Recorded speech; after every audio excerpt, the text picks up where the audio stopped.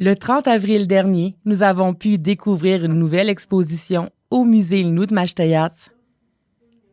13 pleines lunes, la première exposition solo de l'artiste Patricia Langevin. 13 pleines lunes ou en Imnuemun, Kutelnu Ashunisht, Shashkasenu, Tapishkwao Pishum est une exposition dont le thème est puissant. L'exposition a déjà été présentée dans une exposition collective. Puis le thème, c'était « Que serait la sexualité des femmes autochtones sans la colonisation? » Fait que j'ai reçu le thème il y a 1 an et demi. Puis au cours du processus créatif, dans le fond, je fais beaucoup de recherche-création. Puis j'ai assisté à ma première cérémonie de pleine lune. Et puis c'est lors de cette cérémonie-là que ça s'est concrétisé pour moi ou que l'idée m'est venue de créer des pleines lunes, des femmes pleines lunes. Une exposition dont plusieurs avaient hâte de découvrir. C'est sa première exposition solo. Et ce qu'on s'attend, comme on a toujours eu depuis le début, de quoi d'extraordinaire. Fait qu'elle soit solo ou avec un autre, je pense qu'elle est capable de nous sortir de quoi de grand. Je pense que je vais partir à pleurer parce qu'aujourd'hui, j'y pensais déjà, puis je suis vraiment, vraiment émue. Je sais qu'elle a beaucoup de talent, je la suis dans sa carrière artistique, j'ai déjà les larmes aux yeux, mais c'est sa première exposition solo, puis la matière qu'elle va présenter, le verre soufflé, c'est vraiment intime pour nous autres dans notre famille, parce que mon père, il est vitrier, puis quand on était jeunes, il y avait un souffleur de verre qui faisait des pièces avec les restes de verre de mon père. Il récupérait, puis le monsieur, il nous donnait des pièces en verre soufflé en échange. Et nous, le verre soufflé, ça a tout le temps été quelque chose de beau, quelque chose, tu sais, on était en admiration. Puis nous, là, de voir que c'est ma sœur qui fait du verre soufflé aujourd'hui, ça me rend très, très émotive qu'elle intègre la culture Innu là-dedans. J'ai hâte que les gens de Meshuyats puis les touristes découvrent ce qu'elle fait, puis qu'ils découvrent le verre soufflé aussi. Le verre n'est pas figé ici. Il respire, il vibre, il laisse passer ce qu'on ne voit pas toujours. Inspiré des 13 pleines lunes, l'installation trace un cycle, celui du temps, du corps et de l'identité.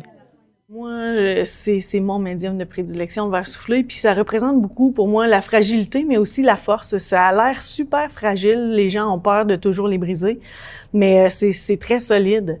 Fait que un peu en lien un peu avec nous autres aussi, comment on est, c'est quand même malléable, mais tu peux pas faire ce que tu veux. C'est un matériau qui décide un peu aussi là comment il veut être traité, comment des fois il réagit aux couleurs et tout ça. Fait que c'est vraiment un matériau qui est quand même complexe, fragile, qui est aussi très... Fait que ça représente pour moi beaucoup quand même les Pequagami et Chouas.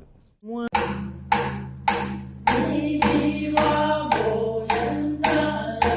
Le verre devient ici plus qu'un matériau. Il porte en lui la fragilité et la force du vivant. Mais au-delà de la matière, il y a le cycle, celui de la lune, celui des femmes. Un cycle qui ne se regarde pas, il se vit. Et dans certaines traditions, il se célèbre. Elle m'a demandé de jouer du tambour parce qu'elle voulait que le tambour, pour elle, c'est important de marquer avec la chanson de l'eau, qui est la chanson des femmes. Parce que c'est une exposition sur les cycles de la lune, les cycles des femmes. Après le chant, l'expérience se poursuit autrement. Le public est invité à poser une intention. Est-ce que tout le monde connaît un peu les intentions? Dans le fond, avec le tabac, on peut faire des intentions en prenant puis en déposant au sol, mais là, dans le musée, dans le fond, on va utiliser la pièce. C'est souvent des remerciements. Ça peut être, c'est ça, il n'y a pas de sujet précis. C'est sûr qu'avec l'exposition, je peux vous recommander, si vous voulez, par rapport à la sexualité des femmes autochtones ou des femmes en général. Mais sinon, vous pouvez y aller, quand on va dans les powwows, on l'utilise pour remercier la vie, nous permettre de danser pour toutes celles qui n'ont pas pu danser. À la chasse, on remercie l'animal de s'être présenté à nous. Moi, c'est la façon que je l'utilise, là, c'est pas une information c'est pas de même que tout le monde fonctionne. Je vous parle de la façon que je le fais. Fait que ça peut être, c'est ça, allez-y avec une pincée seulement, puis déposer dans la pièce. À la fin de l'exposition, le tabac va être brûlé, puis les intentions, à ce moment-là, vont se rendre.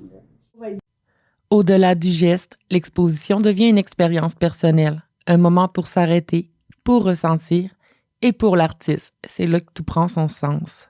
J'aimerais que les gens prennent le temps, juste prendre le temps de se déposer puis de découvrir. Avec les lampes de poche, ça fait vraiment un contact intime quand même avec les pièces. Regarder, ressentir, puis repartir avec quelque chose en dedans de nous. Ce que je pense de ce qu'on vient de voir, c'est extraordinaire. C'est un artiste multidisciplinaire, c'est quoi? C'est ma fille, puis j'ai de la misère à concevoir de tout penser ça, que ça sorte de là, là. Il faut que tu penses, là, c'est beau le créer, puis tout, mais il faut que tu y penses, il faut que tu le montres. Fait qu'elle a réussi à tout faire ça, là, c'est comme je disais au début, là, chapeau. Je m'attendais à de quoi de grandiose, puis je pense qu'il n'y a pas grand monde qui s'est déçu ici en regardant toutes ces pièces, là, c'est chapeau. Bravo, Patricia. Donc, c'est une invitation qui est lancée pour aller découvrir au musée Ilnou de Mashtayats 13 pleines lunes, ou en Elweun, Kutelno à Chaunush, Chakasino Tapishka au Pichum de Patricia Langevin. Chouk.